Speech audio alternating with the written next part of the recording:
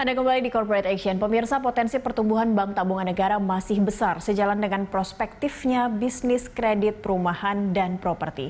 Kita akan membahas prospek bisnis dan saham BBTN bersama founder LBP Institute, Lucky Bayu Purnomo. Selamat pagi, Mas Lucky. Selamat pagi, Cakri. Ya, masih terus semangat dan sehat selalu ya untuk kita sudah menyambut new normal ini seperti ini. Dan ini juga kalau kita berbicara tentang new normal, sejumlah saham-saham perbankan juga sudah mulai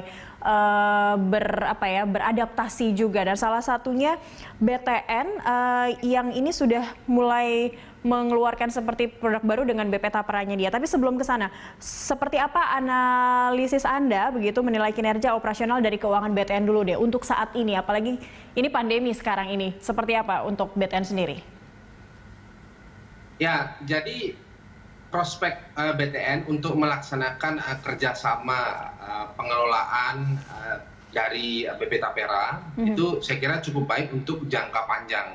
Karena apa? Karena tujuan daripada Tapera, tabungan perumahan rakyat ini adalah kemaslahatan publik, ya, di mana ingin menjangkau mereka yang memiliki penghasilan yang terbatas, tetapi dapat memperoleh ketentuan, ya, dapat merasakan ketentuan kebijakan terhadap kepemilikan rumah. Nah, kita perhatikan kalau ekonomi secara umum ada pangan, ada sandang, ada papan. Nah, ini masuk ke kategori yang ketiga, di mana perumahan itu menjadi salah satu aspek penting untuk berlangsungnya kehidupan sosial. Nah, kan tetapi tujuan tersebut saya kira perlu memperhatikan persoalan manajemen risiko. Nah, manajemen risiko itu kita bisa perhatikan dari kali pertama, yaitu apa? NPL, non-performance loan. Ya, betul. Nah, non-performance loan itu saat ini berada kurang lebih di angka 61% year on year, ya. Nah, itu menjelaskan bahwa sebenarnya terdapat beberapa kredit yang ada dalam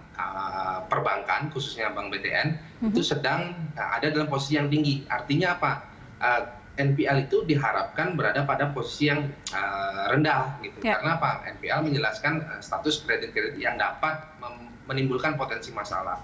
Nah, saya kira kerjasama terhadap BP Tapera itu akan baik apabila dilakukan secara bertahap atau parsial. Nah, di mana kita ketahui cara pungutan yang akan dilakukan oleh pemerintah itu adalah memungut sejak tahun 2021, di mana tahun 2021 pada kali pertama adalah pungutan terhadap gaji yang diperoleh dari atau upah yang diperoleh dari ASN, aparatur sipil negara. Nah, kemudian dilanjutkan tahun-tahun berikutnya itu mulai ke prajurit-prajurit seperti TNI hingga Polri, dan nantinya akan masuk kepada mereka yang memperoleh upah dari BUMN, pun termasuk warga negara asing yang memperoleh upah bekerja di Indonesia.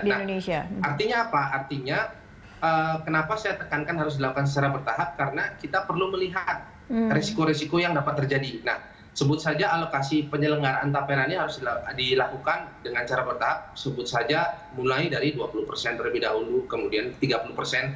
Nah, apabila risiko terjadi, kita dapat melihat bahwa sebenarnya tata kelola investasi atau tata kelola keuangan yang dipungut dari tabungan perumahan rakyat ini akan lebih terkendali daripada seluruh alokasi yang dianggarkan itu ditujukan untuk keberlangsungan proyek secara progresif. Nah, di mana jadi dikeluarkannya juga secara bertahap begitu ya, Mas Lucky, ya? Jadi perhatian utama. Oke, tadi kita sedikit sudah, Mas Lucky sudah menyinggung sedikit sebenarnya ada resiko juga yang bisa dihadapi oleh BTN. Tapi kalau melihat dari prospek sahamnya dengan dikeluarkan iuran Tapera ini atau BP Tapera ini bisa mempengaruhi atau bisa menjadi katalis positif tidak terhadap emiten dari saham dari BBTN sendiri?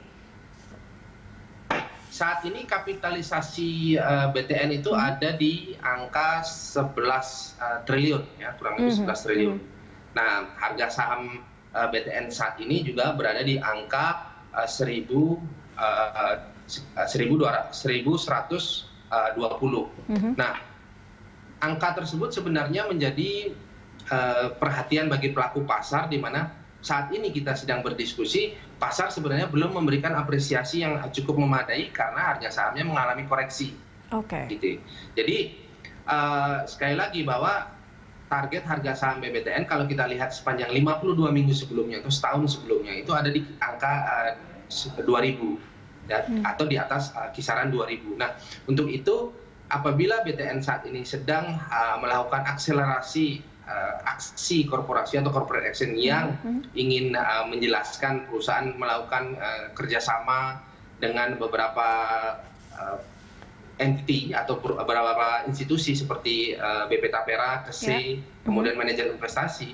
Nah, kita perlu melihat sebenarnya prospek untuk jangka pendek pasar belum memberikan apresiasi yang memadai, tetapi untuk jangka panjang saya kira ini cukup baik bagi kinerja industri perbankan karena selain BTPN, perusahaan-perusahaan lain tentu akan memperoleh iklim yang positif dari penyelenggaraan ini. Sebut saja perusahaan multi finance, kemudian sebut saja perusahaan-perusahaan yang memiliki kapitalisasi penyelenggaraan yang sejenis begitu ya, yang lebih kecil.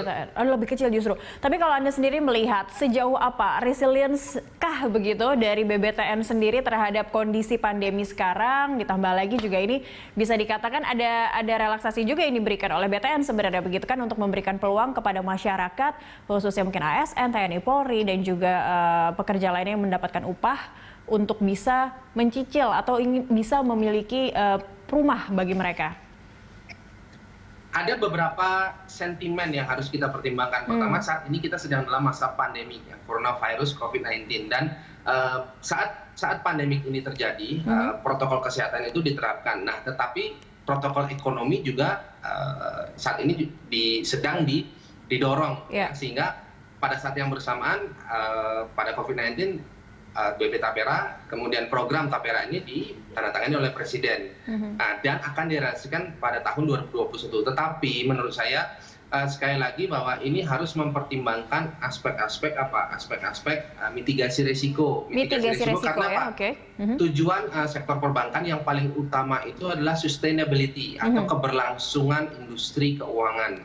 Nah, yang jadi persoalan misalkan COVID-19 ini terus berlangsung dan belum ditentukan batas akhirnya, apakah kecukupan dana yang akan dialokasikan dari pungutan Tapera tersebut dapat memenuhi kriteria untuk penyelenggaraan pembangunan perumahan bagi masyarakat.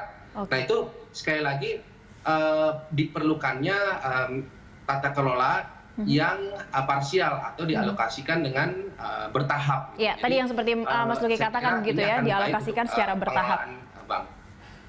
Karena dengan bertahap itu mungkin dari perbankan khususnya BTN sendiri bisa melihat seperti apa kemampuan dari perbankan sendiri untuk tetap menjalankan atau memberikan keringanan dalam pembayaran iuran KPR kepada nasabahnya begitu ya, dilakukan secara parsial, itu intinya ya.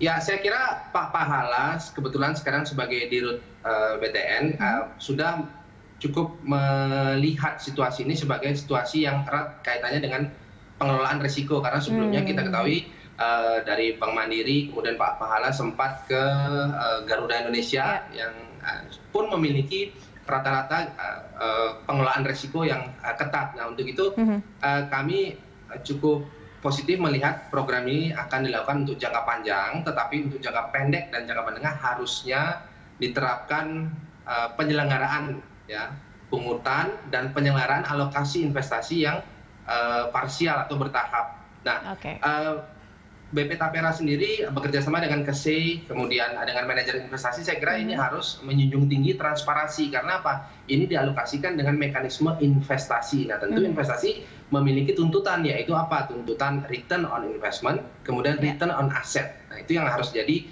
transparansi utama bagi masyarakat luas. Oke, baik. Kita masih ada satu segmen lagi untuk membicarakan seperti apa prospek juga dari BTN ini ke depannya, dan mungkin bisa ada referensi Anda untuk saham BTN seperti apa. Kita akan lanjutkan dialog corporate action sesaat lagi usai jeda.